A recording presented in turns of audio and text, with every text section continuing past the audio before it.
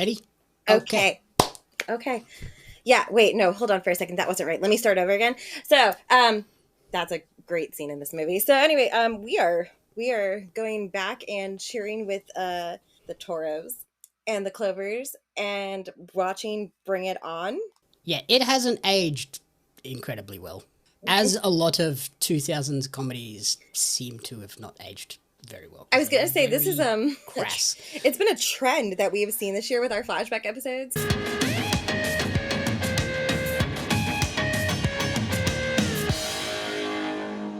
Welcome to the commentary booth where we watch and you guessed it, listen to the week that wasn't movies and TV. I'm your flashback episode host, Corrina Mabey. So obviously we're doing a flashback episode today. I'm joined by our one and only fearless leader who lists their favorite movie as, what's a good one for you today? Waterworld. And your favorite TV show as South Park. Hi, Jamie. I'm not even going to welcome you because it's your own show, so okay. Hi. Well, yeah. Well, rude. Thanks. Hello. Rude. Clearly. What's up? How's it going? You good? The weather's nice today. The last couple of days have been disgusting. That's disgusting. Literally. I mean, sweaty. Gross. But you are in your finest ugly Christmas sweater t-shirt, which I just discovered was a thing. I'm very impressed with the fake tie shenanigans. It's pretty impressive. Yeah, well, we can't do Christmas sweaters here because we will die. That's right. That's why you have a Christmas suit that's Christmas got shorts, t-shirts. Right? Like your Christmas suit is a short set, like a suit and a jacket, like a suit jacket and shorts. Is that correct? Yeah, so it's got shorts and the sleeves on the suit jacket are short sleeves. Oh, even better. I like this. Love that for you. Yeah, otherwise I would die. Awesome.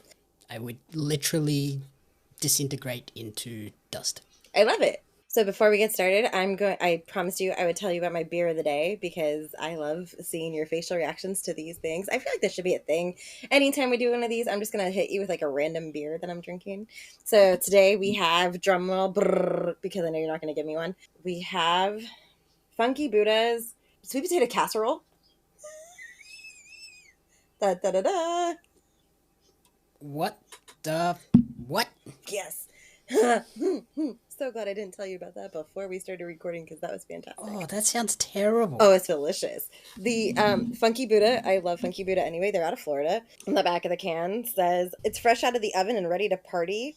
This fall treat is just like mom used to make, only if mom muddled flavors of gooey marshmallows, fall spice, and sweet potato into one delightfully good ale. Oh, sinfully good ale. Sorry, I can't read. Clearly, I'm blind. Anyway, it's really good, and it's got little marshmallows all over it. I think it's so cute. Yeah. It's so good. I love it. What? Shout out to Jackson. You nasty. Shout out to our friend Jackson who sent me beer money for my birthday so I could get funky beers and... You nasty. Nope. It's okay. You want to know why? Because today we are going to start cheering. I don't know a good cheer. I want to hear your cheer before we reveal what we're revisiting today. I was just gonna go. Ready? Okay. Yeah, wait, no, hold on for a second. That wasn't right. Let me start over again. So, that's a great scene in this movie. So anyway, we are going back and cheering with the Toros and the Clovers and watching Bring It On, because it is turning 25 this year. So if you didn't feel old, well, now you can, because that's how I felt rewatching this. Yeah, 2000. I can't believe that was a thing. Like, this movie from 2000s is a cult classic, and I can't believe you've never seen this prior to recently, correct? No, that's very incorrect. What? You told me you'd never seen Bring It On. No, I've seen Bring It On heaps. You've never... No. Anyway, well, whatever. I was under the impression you had never seen it, so now I feel even more annoyed that you picked Bring It On versus... The other option he had for this episode, by the way, was Rocky Horror Picture Show. And he was like, we can watch Bring It On. So... That's why I picked it, because I knew what I was in for. Oh my god. Okay, you are a bamboozler, and I hope you stub your toe today. No. I'm the shit. Take a whiff. Oh my god. Calm down, Torrance. Anyway, so yeah. Okay, well, since you have watched this numerous times, please comments, questions, concerns, history? I don't remember when it probably would have been when it first came out, when I first saw it. Yeah, it hasn't aged incredibly well. As a lot of 2000s comedies seem to have not aged very well. I was gonna say this is crass. It's been a trend that we have seen this year with our flashback episodes, because we have seen that happen. Well, you guys I think saw it with Superbad when you did the Superbad one. It wasn't so bad, but yeah, there was parts of that where it's like, oh, Road that's Trip. not great. Road Trip was another one. Road Trip was really bad. bad. Ace Ventura was really bad. Yeah. In terms of like some of the elements. Mm-hmm. Yeah, and it's all before we sort of became a little bit more socially aware on sort of sexuality and stuff like that. Yeah. Cultural appropriation, particularly in this one. Yeah. But when I looked up some facts about it, apparently, so it was kind of looked on negatively to begin with, but as it's gone on, people have kind of looked at it and been like, well, actually, it was breaking new grounds because it was actually touching on these topics that were otherwise avoided or just used as the brunt of jokes. So like the whole cultural appropriation thing, and like the black cheer squad being the ones that are ultimately like the better team and just being screwed over. Yeah. Female empowerment, like this is a essentially all girl led movie. Yeah. Which is very different for the time. Mm-hmm. Yeah. So for me, I watched this obviously when it came out 25 years ago, and I have watched this movie countless times to the point like I had this movie on VHS. That's how old I am. Hi. And I watched it all the time. This was gospel for me when I was younger. Even though I never wanted to be a cheerleader, like that's not my vibe. I loved this movie because there's rebellious characters. There's, it touches on different subjects, like you said, of that things that would have been taboo back then. And also being younger, I don't think we would have picked up on a lot of those things until we got older and like realized like, oh, that's what they were talking about. That's what they were referencing, kind of things.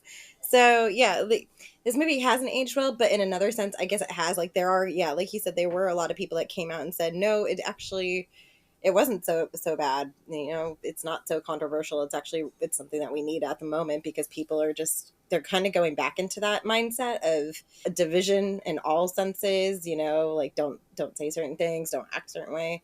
So yeah, bring it on. I can see why it's a cult classic at this point. Yeah, like a lot of the characters are kind of caricatures and extreme examples of their stereotypes. Yes. But they're also, like, the black characters are not the brunt of jokes. No. The gay characters are kind of, which is not great. Right. And the incredible sexualization of what are supposed to be teenagers. Seniors in high school. Yeah. That's very in your face on that part. Yeah, we can just start out with like one of the most crazy tryouts that I've ever seen in my life. Like these people, like you have a girl that's like a complete like stripper, I'm presuming, probably like trying. Oh, she gonna be. She was definitely gonna be. She's like, it's okay. I'll just go down the road and it's fine. I'll get a job there. You've got a theater kid. You've got an interpretive dance kid. Really strange group of people that are trying to get on this cheer squad. Yeah, you've got the very obviously gay ballet dancer. Mm-hmm. And then you get Missy, who's just like the goth outside weirdo that shouldn't be there but somehow fits in perfectly because she's got this gymnastics background that they're like, oh, okay, you work. Yeah, you can do stuff. You just don't look like all of us. Like you're not a blonde bimbo. Your parents aren't like uber rich or whatever. Like her parents are uber rich. Missy's parents are the real rich ones. I was going to say, like, the thing is, like... Because they're never there. I was going to say, none of these kids' parents are there except for Torrance, and they're shit parents anyway, clearly. Like, they just... All the parents walk over their kids, which is crazy. Yeah, Torrance's mother is an idiot. Dude, I can't. Like, her parents... She's like, oh, you need to study more and put less effort into cheer. I'm like, bro, she can get a scholarship through cheer. Just let her cheer and get a scholarship and get into college, and then she can focus on actual study, because like high school doesn't really even matter in the grand scheme of things. Yeah, no. Especially if you can get in under a cheer scholarship, she'll be fine. I was gonna say that's kind of like getting a sports scholarship. It's one of those things that gets reeled in and like you pave your way essentially. But God forbid, Yeah, especially like the big football and basketball schools, like they have incredible college cheer teams too. Yeah, just don't break your leg doing an impossible pyramid move. Like other people have in this movie, who spends the entire movie in a boot. Yeah, well, my friend Beck, she blew out both knees doing cheer. That's fun. No, thank you. Before she was like 20, she had 2 knee reconstructions. Yeah, that's fun. That doesn't sound cool. Yeah, no, My friend Devin Lee, she does roller derby, and even though they are vastly different, they still get injuries. Like they all get those kinds of injuries, where like your knee, your arms, your back. Absolutely not. Crazy cast. Yes, so we have Kirsten Dunst is Torrance. She's the lead head cheerleader of the Toros. Obviously, got her start doing Interview with the Vampire when she was like 6 probably, or a little bit younger. And then she went on to do Jumanji, and here she is being a cheerleader before going on to other things. It's kind of crazy.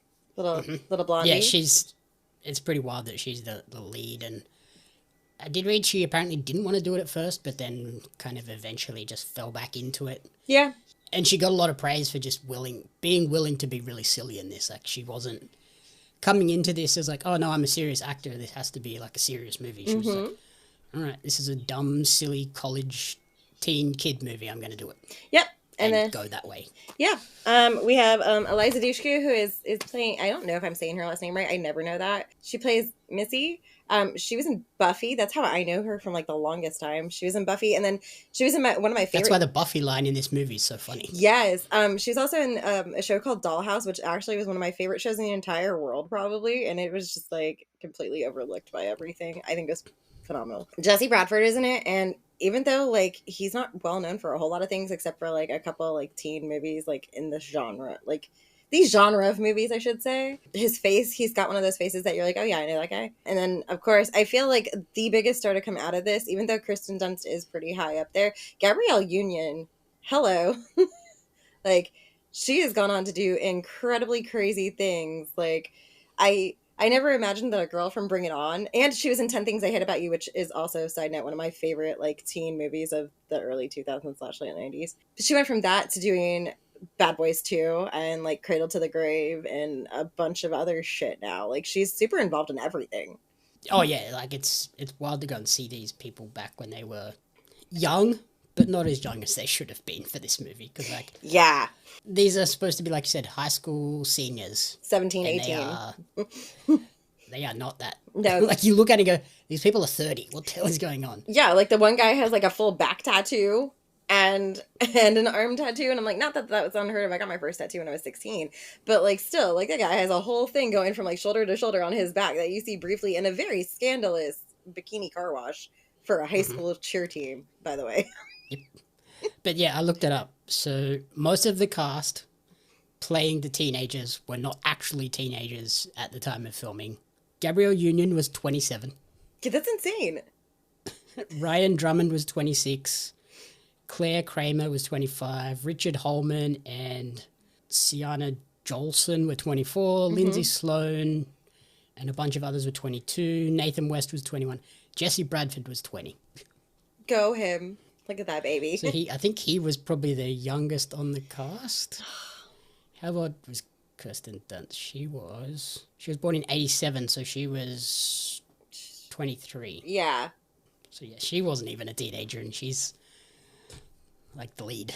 And I'm like, yeah, it's fine. Yeah. It's wild that these kids were not kids. I feel like the only kid that's on this in this cast and in this entire movie was the girl's little sister who tried out, the little Asian girl's sister who tried out. And then obviously Torrance's, your favorite character in this entire goddamn movie is Torrance's stupid brother. This entire movie. This entire movie, I was just like, that's Jamie. That right there is Jamie in like small form in every way. He's funny. He's playing with his Game Boy and Game Boy camera, playing some Twisted Metal on PS1, which then they cut to the PlayStation and the lid's open and there's no game in it. Like, okay. Yeah. That's one of those mistake moments. there's a cassette tape shown, a Discman. Yes. Like, and then his joke where he's like, wait, I got something really important to tell you. Right? That's totally you. That is He's funny. all over you. So this movie's not just for our girls that want to feel empowered and watch a cheer movie. It's also for dumb boys who are like, oh, I love a good fart joke. Right? Yeah. Fart jokes always work. Oh, for fuck's sake. Yeah. Want to talk about spirit fingers? No, God, that's a scene. But I think, yeah, if we go back to that, you mentioned that car wash. That is very scandalous because it's like, yeah, these are supposed to be very young teens or teens in general. Yeah. And yeah, they're not. It's quite skimpy. Yeah. Yeah. It's like. Although I don't think is that unusual over there? Like, I don't. Cheer squads always run that sort of shit. Yeah, but I feel like now it's like. Or is that like a movie stereotype? I feel like that variation of it is a movie stereotype because I've never, like, unless you're probably in like South Florida, I don't think I've ever seen a bikini car wash that's meant for like cheerleaders that are raising money, especially in high school. It's more like a normal car wash where like they're wearing like t-shirts and like shorts or something like that and flip-flops to raise money. Yeah, I feel like you could get away with it in college. I don't know if you can get away with it with a high school cheer team. I feel like that's really teetering on like a weird gray area nobody wants to touch. So yeah, they do this. Especially because at a high school one, like, a teacher would have to be involved at some point in the planning of that. Yeah, a teacher or like whoever is in charge of like the after school academic. Because if it's not, like, it's very strange to me because they advertise this as a high school cheer squad, but like you never see any There's teachers no doing teachers. It. No, There's no teachers. The anywhere. coach is someone they employ themselves. Yeah, like it has nothing to do with the school at all, which is so strange to me. But yeah, they do this. They do this car wash to raise money since they have realized that they can no longer use stolen cheers because things just don't work out so hot. So they get a choreographer who's very, very mean. Like he reminds me of like one of those like teachers that you would see like smacking people with rulers and putting dunce caps on them in the corner. Mm-hmm. Yeah, he's a dickhead. Yeah. He's homophobic to one of the guys. Mm-hmm. Body shames the hell out of all the girls. Yeah, Darcy's ass is so big. Like, I can't tell you how many times that happened. And I was like, wow, okay then. I guess in this day and age, having a big butt is not good for you or something. Yeah, everyone needs to go on a diet. Because we throw people in cheer and fat people don't go as high. It's like, oh my God. Yeah, and then there he is, like, I don't know how this guy, like, in this movie did not have a heart attack. Like, they should have had this character have a heart attack while teaching them because he's just popping steroids and supplements, like, left and right. He's got, like, 3 pill bottles, and he's just, like, taking handfuls of them while he's training them. Yeah, there's some questionable stuff. Like you said, so they steal the cheers. Yeah. Which then, so not only is it IP theft and plagiarism for their routine. Yeah. It then turns out that it was stolen from a black cheer squad. In Compton. So it's kind of like, yeah, it's cultural appropriation because it's clearly a very white school of like rich white kids stealing the cool black thing. Yep. But then none of them seem to care because this isn't about cheating, it's about winning. Yeah. Or we're just borrowing cheers. Like, you don't borrow. That. Like, no, that's theft. Like, you're performing it. It's just stolen. The other things I wrote down was like, yeah, sexualizing the teens, the like very racist cheers at the football game. Like, that's all right. That's okay. You're going to pump our gas someday. Yeah. Like, holy God. Mm-hmm. Yeah. And then the finger body shaming. The digit slips while throwing people up in the air. Oh, yeah. So, there's like the sexualization of like not only, we're putting the girls in skimpy bikinis and all their cheer outfits stuff. Barely cover anything anyway.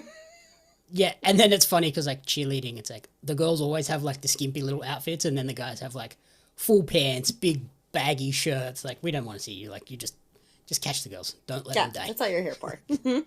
But then you have this mixture of like there's clearly a gay male cheerleader. Yeah, and then which he has a storyline at the end that doesn't pay off. They just totally forget about it at the very end. Yeah. And then you have the straight male cheerleader who totally admits to sexually assaulting all of his teammates. Yeah. Yeah. And everyone's like, oh yeah, that's fine. Like, what? Yeah, they're just totally cool with it. Like, oh my gosh, you actually do that? How do you know she doesn't wear anything under those? Wait a second. Like, that's okay. Because, Yeah. Because then you see that cheerleader later on just, like, bending over. Like, oh, hey, I know what you're going to do in a second. Like, and there's the moment where he lifts her up and she's like, ugh. Yeah. Like, so many things. Like, they literally show it. And you're like, Jesus Christ. Yeah. So, there's, Although they don't, they don't. It's implied. Show it. Like, No. they give you enough to be like, oh, I know what's happening here. Yeah, it is implied from the car scene up until that moment in the football game. That is implied. And it's like, oh, okay, that's uncomfortable. And then, like, with the gay cheerleader, like, they refuse to say the word gay in this movie. Yes. But they drop the F-bomb a whole lot more. All the time.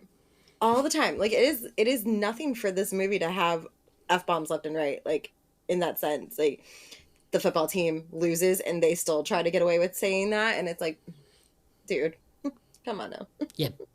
Guys, you just got beat 42-0. Shut the fuck up. Yeah. You guys suck. Shut up. It's just, that's insane to me. Like, there are so many certain things in this that I'm just like, damn, like, that could have been handled better. But again. Oh, yeah, like, it's an absolute sign of the times. Because, like, even I look back at the 2000s, like, yeah, people were dropping that left, right, and center like it was nothing. Yeah. And now it's really weird if you hear it. Yeah, it is. Like, even watching it, like, when we were rewatching this, it makes you almost kind of, like, cringe a little bit because you know that it's just it comes out so derogatory, and it's just... Especially in the context that it's used. Yeah, like, I'm just like, oof. Like, that makes me a little bit. Like, the first time it's said in the car, you're like, oh, okay. Okay. That's... Whoa. Like, maybe that's a California thing, but it's not. It's not a California thing because, if anything, that's the most progressive state that we have over here. So, like... Attention, trading card collectors! Are you ready to take your collection to the next level? Dive into the action with the limited edition Australian wrestling card, showcasing the most electrifying talents Australia has to offer. Imagine owning cards featuring legends such as Robbie Eagles, Shazza McKenzie, Shane Hayes, Madison Eagles, and many, many more. But that's not all. You'll also snag cards of the iconic referees, commentators, and announcers, just like me, Lord Andy Coyne, to truly capture the spirit of Australian independent wrestling. And as our homegrown talent continues to dominate the world stage, OzRest cards are destined to become hot commodities. Not only will you be owning a valuable piece of wrestling history, but you'll also be supporting the amazing wrestlers and talented photographers behind the magic. So don't wait! Grab your Australian wrestling cards now at pariomagazine.com.au/OzRes cards. Order today and kickstart your collection with a bang! They get this choreographer, get embarrassed because this choreographer is a fucking sham with his spirit fingers / gold spirit fingers. Hey, good on him though, because technically he didn't do anything wrong. No, he's peddling. Apart from being an asshole. $2,000 a pop though for just training these kids to do the same routine. Like, okay, we see that. It's not a bad idea. Nope. It's not his fault that you're an idiot. You all hired the same guy. Yeah. And didn't do any research. That's true. Obviously, our main character, Torrance, thinks that this all of her bad luck is based on a curse. I actually kind of love that underlining, like, story plot thing, but I wish they had done more with the spirit stick. Oh, yeah, like just like the classic sports superstition stuff of, like, everything has to be done a certain way. Yeah. Yep. I wish they had done more. Like, I wish that it had like, followed her everywhere. Like, she had just kept seeing them, like, in other places or something like that, or things that resembled it, or old, like, people from the cheer camp would be there, and they would, like, all just be looking at her or something. It'd be really funny. Yeah, and that's what I mean. Like, this movie it's definitely flawed. Like, it's entertaining and fun, but it's flawed in terms of, like, that cheer stick thing is kind of introduced and then set to the side and only brought back up at the very end. Yeah. The gay cheerleader has, like, a brief moment where you think he might have met someone at the end, and that's it. That's all we get from that. Like, yeah, it's like a 2-minute interaction. There's a lot of these sort of things that are put in there and then they just go away. Like, there's one main story and that's all we're going to focus on. Yeah. All of the B and C plots are just there to like flesh out moments to make those moments feel more real and lived in than anything. Like, they're not to build the world and make it more cohesive. Yeah, another thing that I kind of after rewatching it, I kind of like, I guess it irks me a little bit because it is such like a left open kind of, it's such a one-sided point of view on this film. But I wish that they had focused more on the Clovers team and like, you know, showed them like really getting like their stuff together and like how they're coming up with their routines, like kind of like a vice versa of like, you know, this is how they were doing it because they were stealing all of our shit and they had it easy peasy, but like this is us working our asses off and, you know, now we've got to come up with like another competition thing. Is that not Bring It On too? I don't know. I've never seen the other ones. I know there's like 6 of them. Yeah, so there are. I looked it up. There's a lot of Bring It On. I think there's like a show too. I don't know. Bring It On is followed by 5 direct-to-video sequels. Jesus Christ. Bring It On again in 2004. Bring It On All or Nothing 2006. Bring It On In It to Win It 2007. Bring It On Fight to the Finish in 2009. Bring It On Worldwide Cheer Smack in 2017. Okay. Bring It On Cheer or Die in 2022. Okay, so that's a lot. What, 2022? Really? Like, there was a... Literally 3 years ago. Jesus. And then there was 1 television sequel. So okay. One of those was probably a television sequel. I mean... 1, 2, 3, 4. Yeah, one of those was a television sequel. I don't know which one. And then there was also a stage version. Yeah, I saw that. There is a Broadway adaptation. It's kind of... Which I kind of did not realize. And I think it's one of those ones kind of... Like, the way that they did Legally Blonde is also a Broadway production. Mean Girls became a Broadway production. I kind of love that they're putting all these cult classics into Broadway shows. But the fact that your favorite person from Broadway did some of the songs for this is quite interesting. Maybe you should. Yeah, maybe like, you would be a Bring It On fan for Broadway. I don't mind the movie, but yeah, I think like this makes sense as a Broadway musical because it's cheer, which involves music. Yeah. So like, yeah, it makes sense to make it a musical, and yeah, Lin-Manuel Miranda did the music, so it's like, oh, okay, that That's actually huge. Might be pretty cool. Yeah. Although there is apparently quite a big problem with this movie in the way that they depict the cheering. You want to share with the class?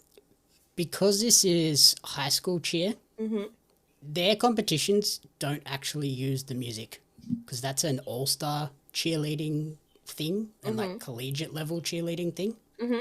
In high school cheerleading, they actually have to have a cheer for their school, and then they do there's a move in this as well where they do the pyramid stack and then the girl off the top like flips off it and gets caught. Yep. That's an incredibly illegal maneuver in high school cheer because they don't want high schoolers to die. You don't say.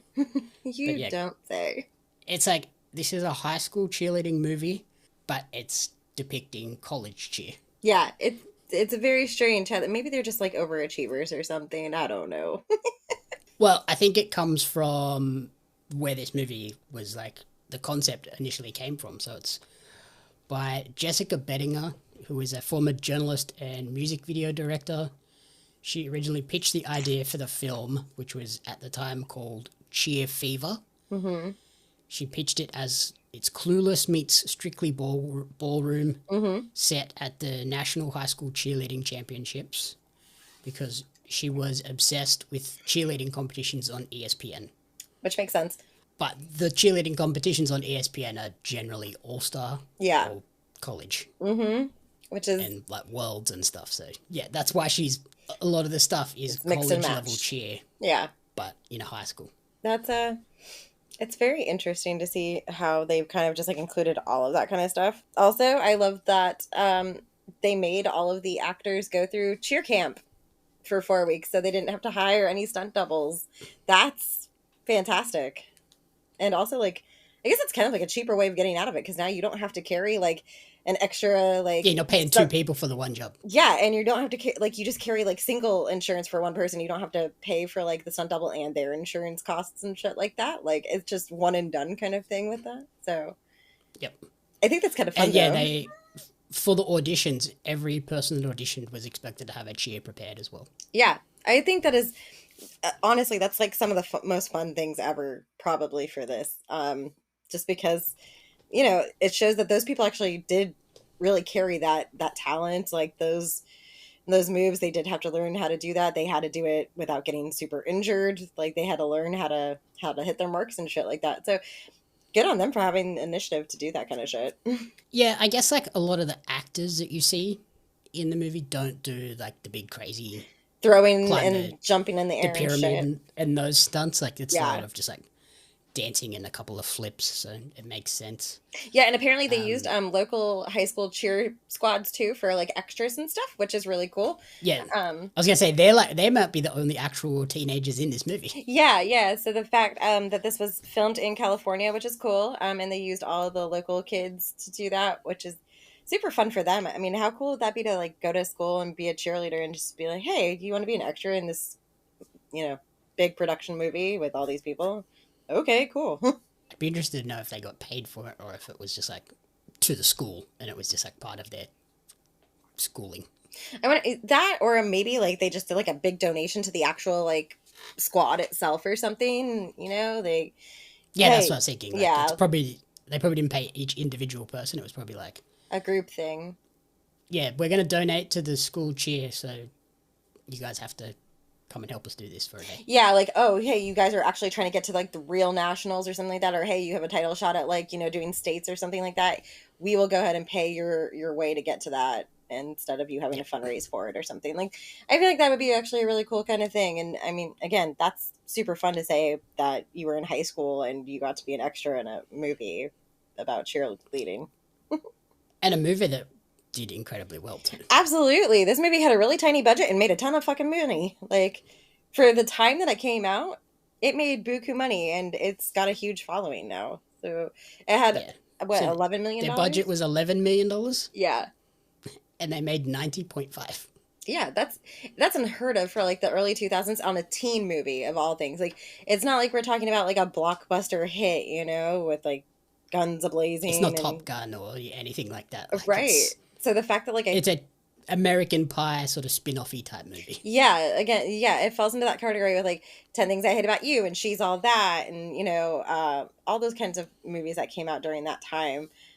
So for this to make that much money is crazy. And again, I guess I can kind of understand why it got all the spin-offs, because you could literally take that storyline and just remix it for two different cheer squads, or a different cheer competition, and get out of high school and it's just now focusing on different companies at that point instead of doing schools. Yeah, and apparently the biggest expense was securing the rights to Warrant's Cherry Pie. That's hilarious, because that's like a 30-second clip. That cost them $40,000. That's like a 30-second spoof. And that's about it. And I think that's fucking hilarious that Cherry Pie is in a movie about high school students. And also the way it was used. My favorite song in this entire fucking movie, though, is the cover of Mickey from a flashback band that I forgot existed, but I was like the biggest fan of them. So the band Bewitched did the cover of Mickey that's in the end credits of this song. When I tell you the chokehold that girl band had on me is unheard of. Like, I had their CDs, everything. Like, they were like the international, they were like another international girl band that I was like, you guys are doing it right. Like, Goof. also the end credits were hilarious for this. The end credits are pretty funny. I missed that. I mentioned American Pie too. There's a nice little ode to that movie in this one as well. Is there? I haven't seen American Pie in so long. This one time at cheer camp. Oh, for fuck's sake. As soon as she said, I was like, that's a nod to American Pie, which is this is very inspired by Missy's bathroom.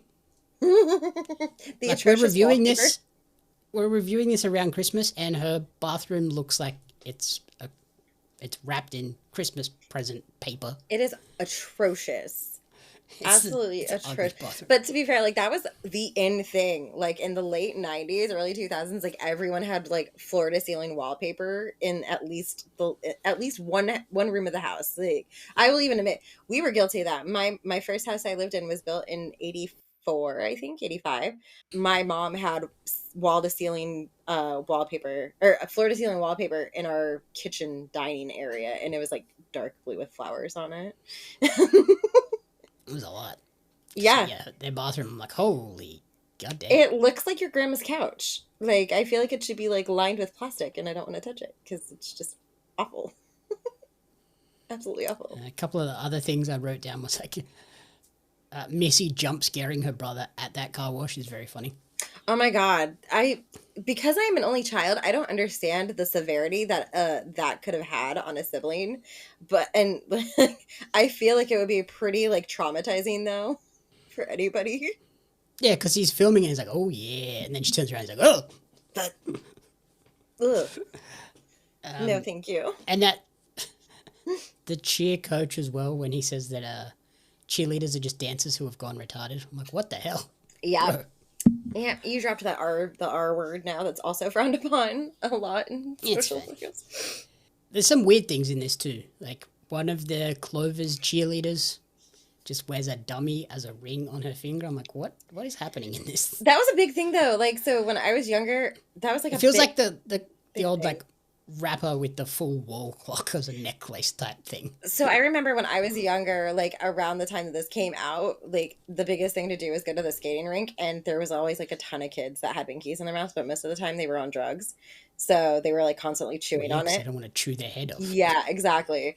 Not that I'm saying that this is what was doing it. And for a moment there, I didn't think it was a binky. I thought, or dummy, whatever the fuck y'all call it. I thought it was a ring pop, because that was also a very big thing. Like, and they still are a big thing as ring pops. But I thought that's what it was at first too.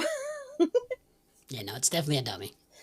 I also wrote down that the cheer competition, when they finally get to it at the end, is being broadcast on ESPN The Deuce. Which is ESPN 2. Kind of a dodgeball type reference there that made me giggle. Yeah, and apparently it's happening in Daytona Beach. Well, yeah, it does. The college one does take place there. Yeah. Not high school ones. But big fail. The cheer team didn't ocean run. When you win, you got to do the ocean run. Yeah, when you told me ocean run, I was like, I don't know what the fuck you're talking about. I really don't know what you're talking about. Like, I was so heavily confused. I'd never heard of that in my life. That's just... You need to watch I think it's called Cheer on Netflix. Okay. A documentary about, like, a college cheer team in Texas. And they are, like, the guns. They are the team that always... They are the Toros. They win everything. Oh, God. And they recruit everyone from all over the country and have, like, the biggest stars in cheerleading. And it's like, huh, okay, makes sense. And then, yeah, they win a few times and do the ocean run. And I was like, oh, man, why didn't they do the ocean run?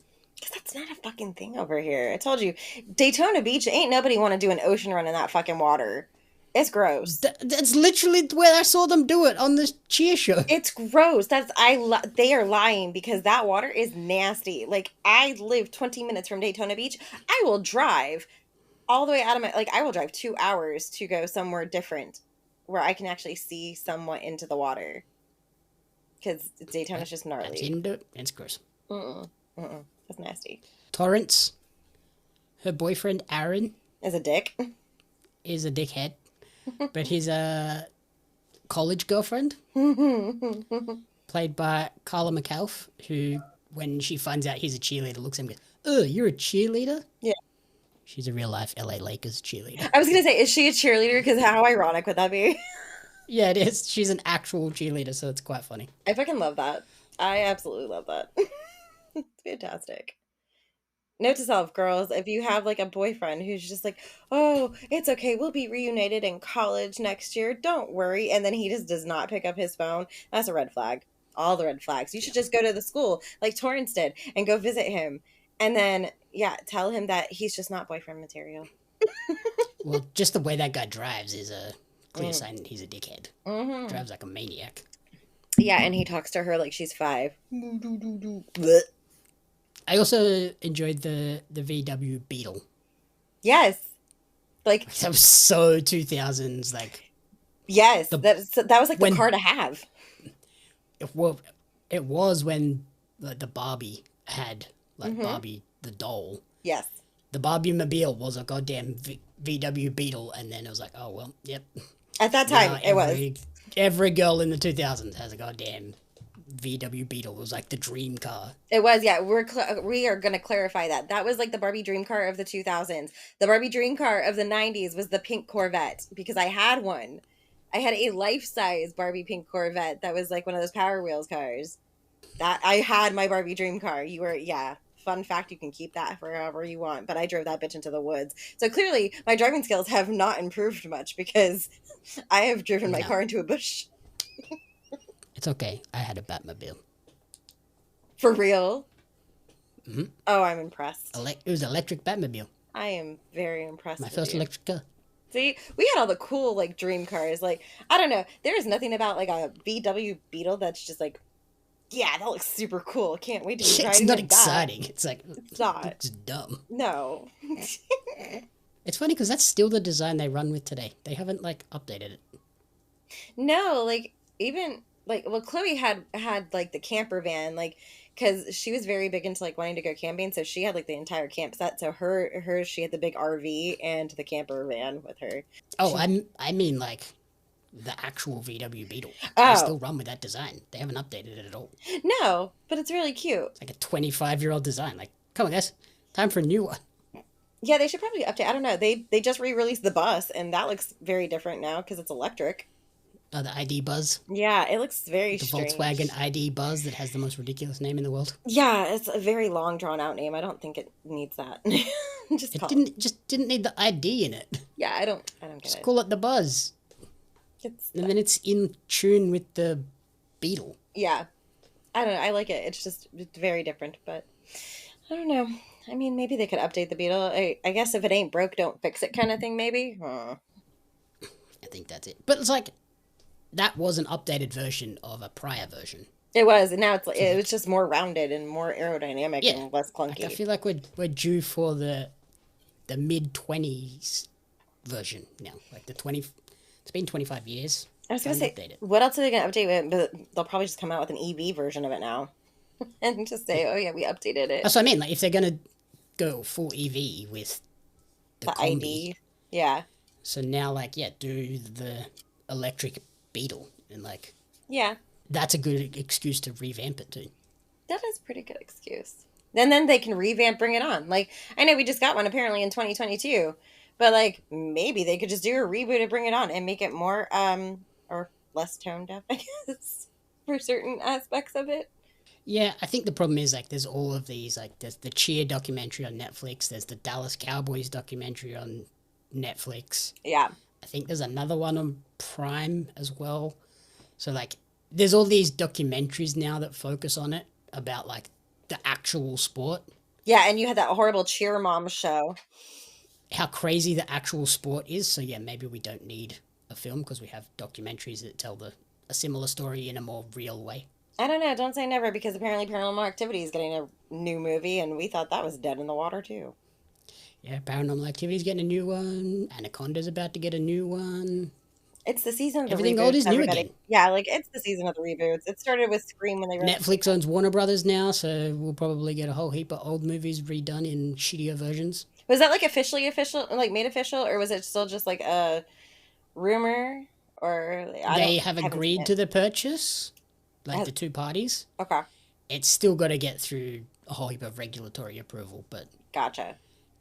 If it goes through, even if it doesn't go through, Netflix have to pay Warner Brothers $5 billion. Just because it failed. That's like their get out of jail thing of like, if the contract falls apart, yeah, we will pay you $5 billion because it failed. I just don't see... I didn't realize that Warner Brothers was in such a position where they wanted to sell. Oh yeah, they've wanted to sell for ages because David Zaslav can't run a business to save his life. Clearly, I just didn't think that like Netflix was on that level. Maybe, I don't know. It's very strange though, because I don't know. It's very weird to me. Netflix were $18 billion in debt. They announced an $82 billion purchase of Warner Brothers. Yeah. And somehow that reduces their debt to $10 billion. I was like, what? The math ain't mathing. I think because they're taking and merging Warner Brothers, so like all of the IP that they're going to get from that would like Counterbalance. their value, so then it counterbalances out and then they end up with less debt. I was like, what? That doesn't make any fucking sense in the world. Yeah, because then because it's not just Warner Brothers, you get Max, or like you get HBO and you get Discovery at that point, because those are all... I don't think they get Discovery. No? I think it's Okay. just the Warner Brothers movies and TV studios, Okay. HBO Max. They're not buying the like TV stations, so the TNT, TBS Those are... aren't coming. Yeah. And I'm pretty sure Discovery's, they split those last year. Okay. That'll be interesting to see what They were happens. under one umbrella, but they're operating under that umbrella. They were two separate entities, Okay. That'll be Warner Brothers and Discovery. that'll be interesting to see what happens now with everything. I don't know. I feel like There's already plenty of politicians being like, this is bad, and the SAG-AFTRA, the Directors Guild, everyone's like, this ain't good. no, and not so Yeah, much. I don't think it'll be good. I don't think it's gonna be great. Unless with the merger, like Netflix kind of absorbs the like brains behind everything and they start pumping better quality things out. But I highly doubt it. Yeah, I don't think so. I Especially really when wish that wouldn't happen. the CEO of Netflix did an interview in the last couple of days and was like, so if Barbie and Oppenheimer hadn't like had the cinematic release like that they had, they still would have been just as big because they were good movies. I'm like, I don't know, bro. Like, people were going to those Barbie movies over and over again in full costumes, and like it was a moment. Whereas It was. if they were just watching at home, yeah, they just watch it at home over and over again. And like Oppenheimer, people were going to see that specifically. People were dressing up for Oppenheimer too. People You'd have guys going dressed as Oppenheimer and girls going dressed as Barbie Yeah, in and the same place at the same time. yeah, and with Oppenheimer, like you didn't just go and see it. Like people went to experience it. Like they were going to IMAX to see the monstrosity of it. Essentially, like they knew that was going to be a payoff. So yeah, that's kind of a shit statement to say. I feel like that's a really odd kind of thing to put out there. I don't know. Yeah. And then they were like, oh, all of the movies that have been announced, like, yeah, they're going to maintain their release strategy of going out to theaters first. And we just want to reduce the window between how long they're in cinemas and how long it takes to get them to at-home streaming release. I'm like, okay, bro. Like, look at Frankenstein. Look what you did with Frankenstein. Like, it was in cinemas for like a week and a half. And it was streaming at the And same then it was time. on streaming. So, like, it was only the hardest of hardcore that went to see it in the cinema. Because, Yeah. you just wait and watch it at home for free. It's the same You've already thing got with the Netflix subscription. It's the same thing with Stranger Things. Like, oh, we're going to release the last episode in theaters for 2 days only. Or for that first weekend. Like, who the fuck's going to do that? Like, unless you are a hardcore diehard fan, which I used to be a diehard Stranger Things fan until it started to be like 3 years between seasons at one point. Mm-hmm.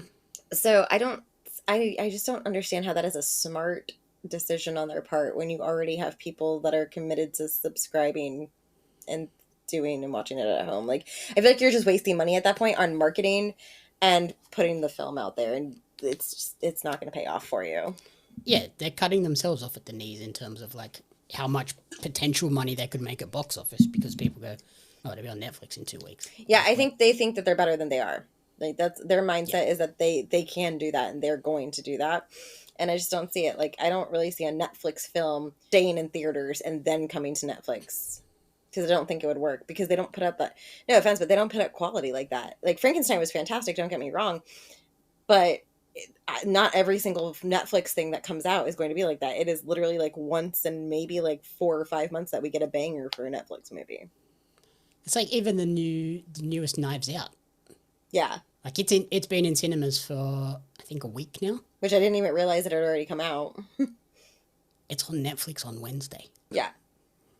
I'll just wait. Yeah, there's no fucking point. So, A week and a half. I'll just wait. It's fine. Especially because there's no goddamn cinema in my town at the moment. Oh yeah, speaking of that, you were so excited to go see your new movie? Your next movie? Thanks to my kid. Yes. Thanks to my kid. Anyway, all right. Well, this Yeah, is so the Netflix thing, we'll probably cover that a lot next year when it sort of starts to...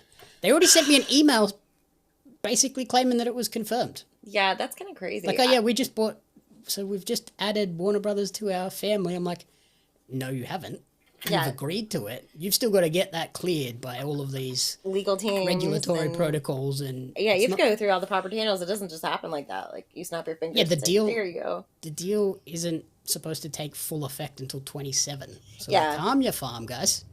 Yeah, for real. Oh no, I feel like that'll be interesting to see. Especially when you look at the films and the properties and everything that Warner Brothers have, like it's a lot. Harry Potter, DC, you go back all the way to like Casablanca and all of those like classic movies. It's like that's a lot. Oh god, that's a lot of library. If you love some of those old movies, I'd probably go and buy a DVD or a Blu-ray like now. While you still can. Yeah, get your fill of it now, before it like disappears or goes somewhere else. It's crazy. Yeah. There's also like, do they take all the HBO Max content and just shove it into Netflix? And then how much does that subscription go up to? Dude, let me tell you, I already pay enough for my Max subscription. Like, I don't need to pay any more. Unless it, like, I feel like it might turn into that Disney Hulu thing where, like, you're going to have things available on both streaming networks. You don't have Hulu over there, so I guess that doesn't make sense to you, probably. Yeah, we do. We do now. Oh, you do now? Okay. Disney Plus. Yeah, so I still have two separate apps. Like, I can go onto Disney Plus or I can go onto Hulu. And there are certain things on Hulu that don't show up because they're specific for Disney Plus. But then if you're on Disney Plus, almost everything that's on Hulu shows up there. It's very confusing. Yeah, it's very confusing. So yeah, it's just that, like, you go into our Disney and there's like Disney, Star Wars, Marvel, Hulu, ESPN. They're just like channels within there. Yeah. It's basically just like a box that they categorize stuff into. Yeah, our Disney Plus is like that. And then if you go to the Hulu app, it won't have any of the Disney stuff on it, except like if you search for it. And then anything that's not a Hulu original does not go on Disney Plus. It's very strange. Weird. Anywho. So I wonder if HBO stays as a separate entity or if they shove it into Netflix and just kill HBO Max. Time will tell. Now that we've squirreled, because we like squirrel, I love to squirrel on the show with you. We'll go back and how many pom-poms are you going to give Bring It On before we say adios? I would give this a 3. Like, it's entertaining. It's obviously thin, silly, fun. But yeah, those problematic moments are a little bit like, ooh, yeah, this didn't age great. Yeah. I also give it like a 3 for the most part. I rewatch it all the time, like whenever I get an opportunity. It was streaming on Peacock, like before I got rid of Peacock, so I like threw it on for background noise because I could literally quote this entire fucking movie, like from start to finish if I really wanted to, which is ridiculous. But yeah, there are parts of it that are super tone deaf, especially for this day and age. But I think the casting was great. I think they all worked well. So yeah, 3 pom-poms out of 5. You can take this away because I've done enough. I am drained for today. Wrap it. All right. Thank you for listening to the commentary booth. If you enjoyed the show, please remember to rate, review, and subscribe on podcast services and on YouTube. You can follow Corrina on Instagram at Miss Corrina Renee. And where else? And at living_dead_books. I took a hiatus for my birthday. I'm back up in action. I'm currently still reading the book I was on because I've been kind of busy. There's a new ARC review going to be coming up soon. By the end of next week, I have to get it out because then I'll be out of the country for a week. So go me, busy times. Awesome. And then you can follow me on social media at JamieOpsMedia and at Pario Magazine.